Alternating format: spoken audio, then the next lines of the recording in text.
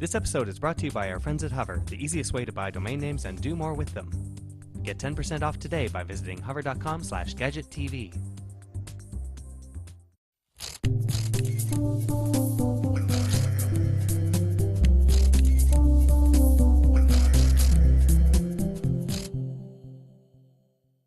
Hi, this is Andrew Moore-Crispin for Gadget TV on Butterscotch.com, and today we're taking a look at the NOOK Color e-reader. You can get this guy for $249 from BarnesandNoble.com or from any of the larger Barnes & Noble stores. Now what it is, it's a dedicated e-reader, but it is a little bit more than just a dedicated e-reader. We'll get to that in a moment. One thing I really like about this device is the fact that it's a capacitive touchscreen. Also, I'm not sure if they have an open mentality towards actually, bending the device to your will. But as we mentioned in a previous episode, it was very, very easy to actually get Honeycomb running, Android 3.0 Honeycomb running on the NOOK Color, while still leaving the NOOK Color software intact. And the NOOK Color software is actually quite useful, really good for reading books, magazines, and also a few little applications, which we'll get to in a moment. Now you can see here it's a heavily skinned version of Android, really designed for a more, well, let's say a less savvy user. Basically everything has been very simplified. We have, right off the bat, we have access to 3 home screens. We can put our books on these home screens. We see what we've been reading most recently in the top here. We can tap that to actually go and continue reading that book. We can slide through our books on the bottom here, tap any one of these books to actually go into the e-reader experience. Let's tap read so we can get a bit of an idea of how the e-reader software works. Now this is a book that has been downloaded from the Barnes & Noble bookstore on the device itself, which we'll also show you in a moment. So we're able to basically page over like this. Now I've mentioned this is an LCD screen, so it's not going to be quite as easy to read as an e-ink screen.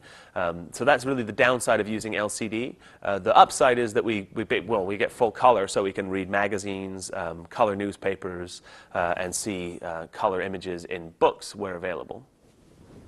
So that's, whether that's a worthwhile trade-off for you is really a personal decision. As I mentioned, e-ink is much more comfortable to read, but LCD does open up some other possibilities. Obviously, faster refresh rate, the ability to view items in color, and all that kind of stuff. So the one button on the face of the device is the NOOK button here. We can tap that at any time to go home.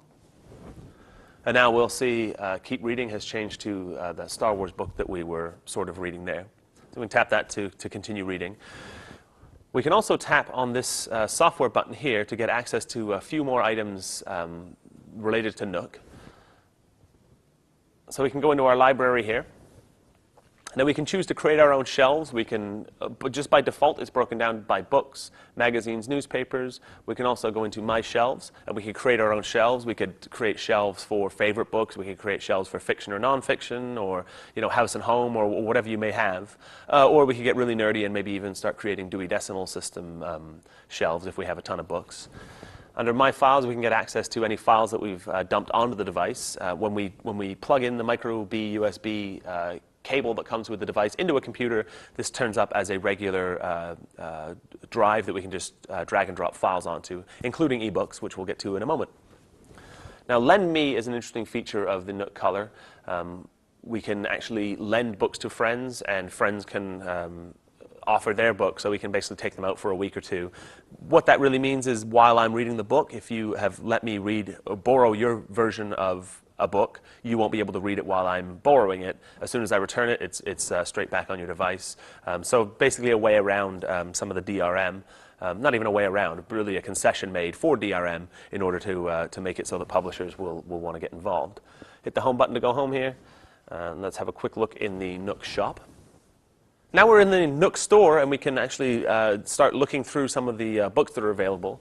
So we can browse through the different home screens. Sometimes we'll see coupons coming up that we can use in store. So this we could actually scan in the store and get a free mint mousse parfait. Who doesn't want one of those?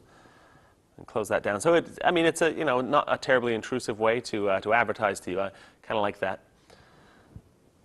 So anytime we can tap on an item and actually get a bit more insight into what it is, we can choose to buy a book or tap for a free sample. We can add it to our wish list. We can also read some of the overview here, which will basically be the author's overview or the publisher's overview. We can see some customer reviews, people who've actually read this book. Editorial reviews were available. They rarely seem to be. And also more books like this. We can tap out to close here. Now we can also browse by several different categories, the top 100 New York Times bestsellers and all these kinds of things. We can also search at any time for a book by just tapping in this search field here. So I'll bring that up just so you can see what the keyboard looks like. So if we were to search for, let's see if there's anything that relates to butterscotch in the bookstore. Apparently not. Helps if you spell it right. Anyway. So here we can also browse books, magazines, newspapers. This is kind of an interesting one. I mentioned the LCD screen not being the ultimate. Oops, I'm going to go back here. Not being the ultimate way to read a standard book. However, we can. It does open up the possibility of reading magazines. So if we were to go in here and look at political magazines, we can buy an issue.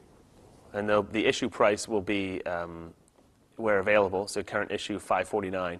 We can also subscribe to a magazine, and then it'll be automatically delivered to our Nook anytime we're in range of a Wi-Fi hotspot that is either open or known to us.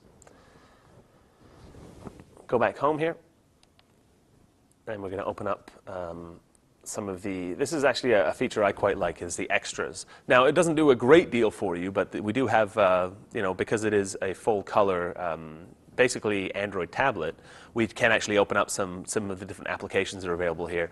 So these are all stock applications. I haven't found any way to actually add applications. I'm sure that's something that Barnes & Noble will be actively working on. I'm sure that at some point with a future update, we'll be seeing an actual Nook app store specifically designed for Nook Color. But we can just do things like play a quick crossword puzzle, play a game of chess. We can keep our contacts in here. If we've loaded music via the micro USB cable connected to a computer, we could listen to that here. So just have a quick look at the crossword app just so you get an idea of what it is we're looking at here. So that is a nice little feature, just being able to kind of extend the value of the device. If you're not really looking to read, you can still do a couple of fun things, maybe if you're stuck on a plane for a couple of hours. It does have a browser, not by any means a full browser, but still will let you do more or less what you need it to do. If you can access Gmail, it will be very much a mobile interface on Gmail. None of the polish that you'd see on a typical mobile browser.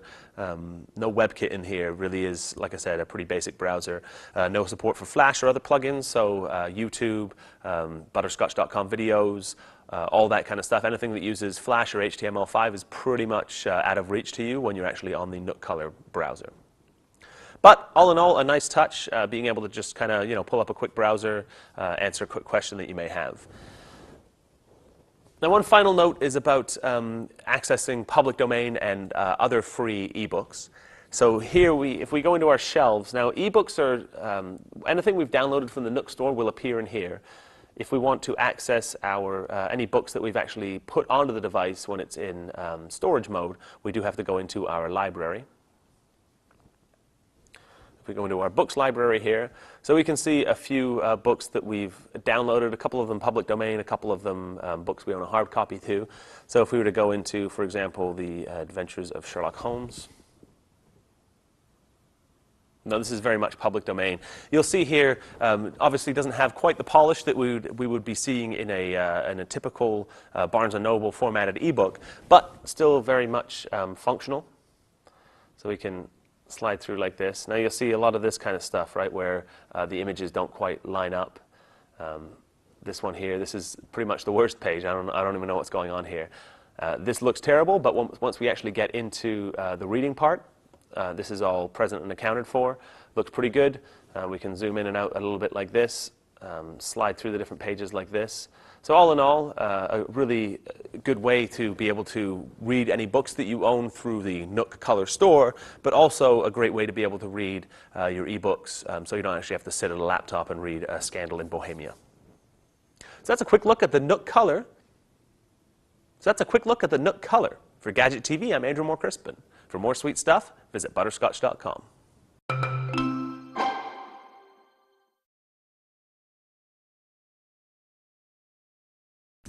This episode is brought to you by our friends at Hover, the easiest way to buy domain names and do more with them. Get 10% off today by visiting hover.com/gadgettv.